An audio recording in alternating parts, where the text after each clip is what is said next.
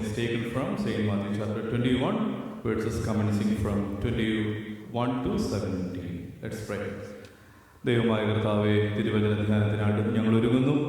വചനധ്യാനത്തിൽ നിന്റെ കൃപ അനുഭവിപ്പാൻ, വചനത്താൽ ബലപ്പെട്ട് ജീവിപ്പാൻ ഞങ്ങൾ ഇടയാക്കണമേ. ദൈവകൃപ അനുഭവിപ്പാൻ ഇടയാകണം. പ്രാർത്ഥന കേട്ടതിനായി സ്തോത്രം. സകലവും യേശുവിന്റെ നാമത്തിൽ തന്നെ. ആമേൻ.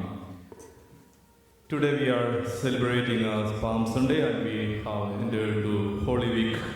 Today's theme for meditation is Hosanna, the cry for salvation, the coming of the Messiah. Hosanna, രക്ഷയ്ക്കായുള്ള മുറവിളി, മെസ്സിഹായുടെ ആഗമനം എന്നുള്ളതാണ് ഇന്നത്തെ ചിന്താവിഷയം. Today we are thinking upon the triumphal entry of Jesus Christ. It was the fulfillment of the prophecy that we can read in Zechariah chapter 9, verse 9. Rejoice greatly, daughter of Zion. Shout, daughter of Jerusalem. See, your king comes to you, righteous and victorious, lowly and riding on a donkey, on a colt, the foal of a donkey. തിരുവചനത്തിൻ്റെ പ്രവചനത്തിൻ്റെ നിവൃത്തിയായി യേശു കർത്താവ് യെരുശലേമിലേക്ക് ആഗതനായി എന്ന് നമുക്ക് ഈ വേദഭാഗത്ത് കാണാൻ വേണ്ടി സാധിക്കും. Let me move to the first thought. First one, Hosanna, the cry for salvation. Hosanna, the cry for salvation. രക്ഷയ്ക്കായുള്ള ഒരു കരച്ചിലായി, ജനങ്ങളുടെ ഒരു നിലവിളിയായി ഹോസാനയെ നമുക്ക് കാണാൻ വേണ്ടി സാധിക്കും. We can see the response of the people. The word Hosanna means save us now. The root word for Hosanna is from Hebrew word Yashana. It means save us now. ഇപ്പോൾ രക്ഷിക്കാൻ.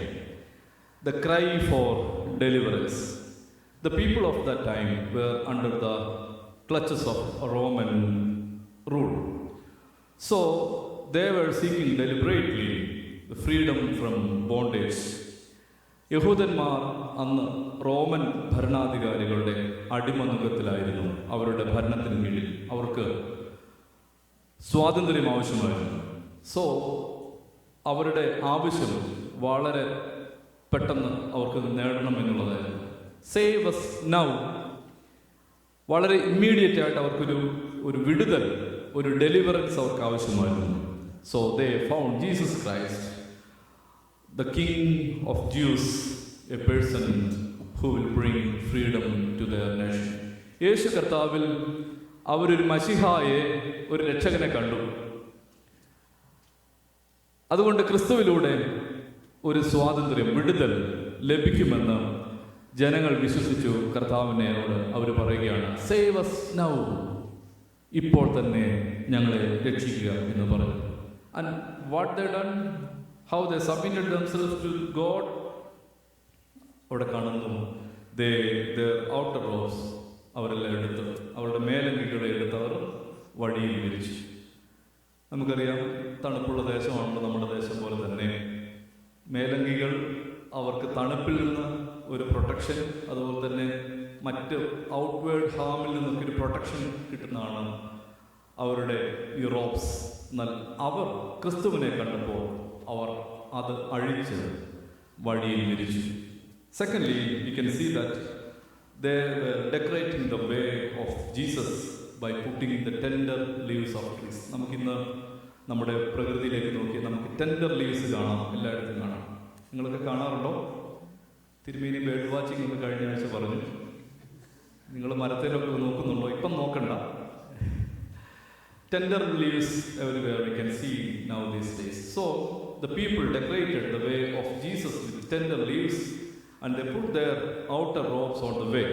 അങ്ങനെ അവർ പൂർണ്ണമായും ദൈവത്തിൻ്റെ മുമ്പാകെ അവരെ ക്രിസ്തുവിലൊരു രക്ഷകനെ കണ്ടപ്പോൾ അവർ ആർത്തു വിളിക്കുകയാണ്, ഞങ്ങളെ രക്ഷിക്കണം, സേവ് us now എന്ന് പറഞ്ഞ് അവർ വിടുതലിന് വേണ്ടി, രക്ഷയ്ക്ക് വേണ്ടി അവരുടെ ഒരു കരച്ചിലായിട്ട് നമുക്ക് കാണാൻ വേണ്ടി സാധിക്കും. Secondly, in Jesus we can see Jesus the true deliverer. യഥാർത്ഥമായ വിടുതൽ നൽകുന്ന ഒരു വ്യക്തിയായി യേശു കർത്താവിനെ നമുക്ക് കാണാൻ വേണ്ടി സാധിക്കുന്നു. He was a prince of peace. There we can see a paradox of Jesus coming to Jerusalem.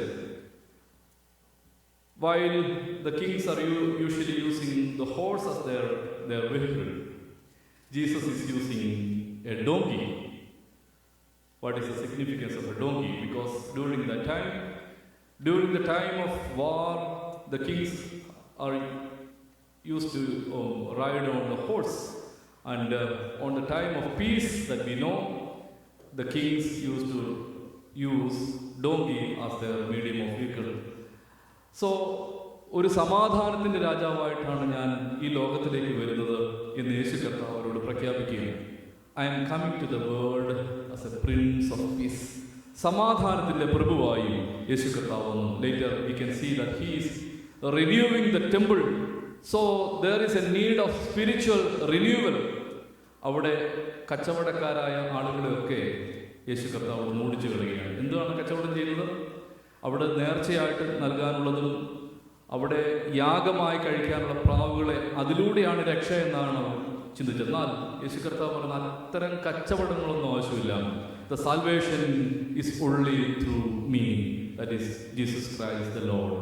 ക്രിസ്തുവിലൂടെ മാത്രമേ രക്ഷയുള്ളൂ. അതുകൊണ്ട് there is no point of that type of business in the church. രക്ഷ ക്രിസ്തുവിലൂടെ മാത്രമാണെന്ന് യേശു കർത്താവ് പറയുകയാണ്. We can see the eternal salvation through his sacrifice on the cross.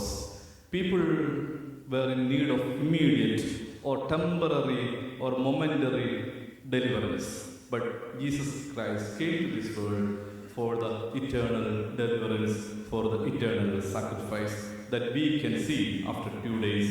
Jesus sacrificed on the cross. So Jesus is the true deliverer. Thirdly, Jesus hears our cry for salvation. നമ്മുടെ കരച്ചിലിനെ കാണുന്ന ഒരു ദൈവം, കരയുന്നവനെ കാണുന്ന ഒരു ദൈവം. Next we can see that Jesus was on the road to cross. അവൻ കാൽവറിയിലേക്ക് നടന്നെടുക്കുകയാണ് for the eternal redemption of humankind. John 3:16 we can see that the salvation to all who believes in Jesus Christ.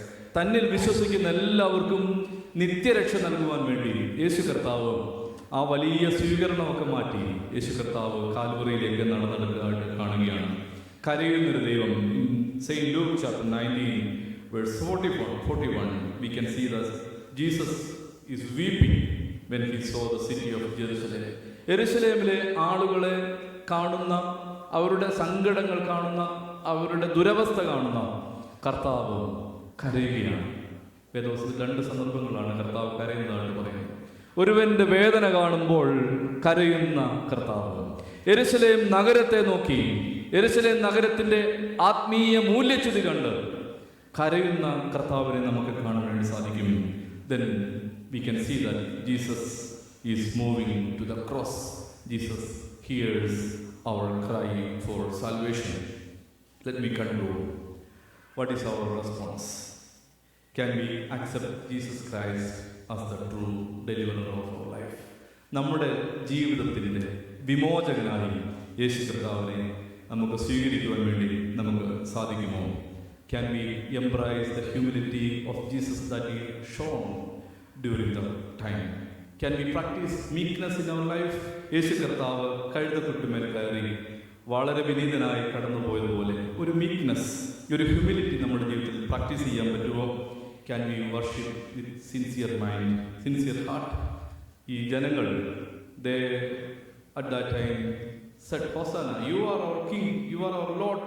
After 2 days they said, what is it? Crucify him. അവനെ ക്രൂശിക്കുക എന്ന് പറഞ്ഞ ജനം, അവരുടെ പ്രാർത്ഥനകൾ ആത്മാർത്ഥതയുള്ളതായിരുന്നില്ല. Can we worship with sincere heart? Can we stand for righteousness and truth? നീതിയുടെ വക്താക്കളായിട്ട് തീരാൻ സാധിക്കുമോ? ദേവാലയത്തിലുണ്ടായിരുന്നവർ കച്ചവട മനസ്സോടെ നിന്നു. They never stand for righteousness and truth. Can we stand for righteousness and truth? Meekness does not mean silence in the face of wrongdoing. അതല്ല meekness. നമുക്ക് ബോൾഡായിട്ട് നമുക്ക് ട്രൂത്തിന് വേണ്ടി, റൈറ്റസിന് വേണ്ടി നിലനിൽക്കാൻ നമുക്ക് ഇടയാകണം. മലയാളത്തിൽ പറയും നേരും നിറയുമുള്ളവരാകണം എന്ന് പറയാറുണ്ട്. അത്തരം ജീവിതം നമുക്ക് പുലർത്തുവാൻ സാധിക്കുന്നുണ്ടോ? Finally listen and respond to the pleas cries of our fellow beings. നമ്മുടെ ചുറ്റുപാടും പല ആളുകളും ഞങ്ങളെ രക്ഷിക്കണമേ, ഞങ്ങളെ സഹായിക്കണമേ, ഞങ്ങൾക്ക് ഒന്ന് മുഖം തരണമേ എന്ന് പറയുന്നവരുണ്ട്. അവരെ കാണുവാനും അവരോട് റെസ്പോണ്ട് ചെയ്യുവാനും നമുക്ക് സാധിക്കുന്നുണ്ടോ? അതുകൊണ്ട് നമ്മുടെ ജീവിതം കർത്താവിന് വേണ്ടി ഒരുക്കപ്പെട്ട കുരുത്തോലകൾ പോലെ, തളിരില പോലെ വളരെ ഹമ്പിളായി തീരട്ടെ. ക്രിസ്തുവിനെ യഥാർത്ഥമായിട്ട് ആരാധിക്കാനിടയാകട്ടെ. ക്രിസ്തു നമ്മുടെ രാജാവായി രക്ഷകനായിട്ട് വരട്ടെ എന്ന് പ്രാർത്ഥിക്കുന്നു. ദൈവം തമ്പുരാൻ നമ്മളെ അനുഗ്രഹിക്കട്ടെ. ആമേൻ. 10 മിനിറ്റ് കൊണ്ട് ഇന്ന് പ്രസംഗം തീർക്കുവാൻ തക്കൊണ്ട് ദൈവം എന്നെ ഇടയാക്കി. ദൈവത്തെ സ്തുതിക്കുന്നു. ഒരാൾക്ക് പ്രാർത്ഥിക്കുക. As we prepare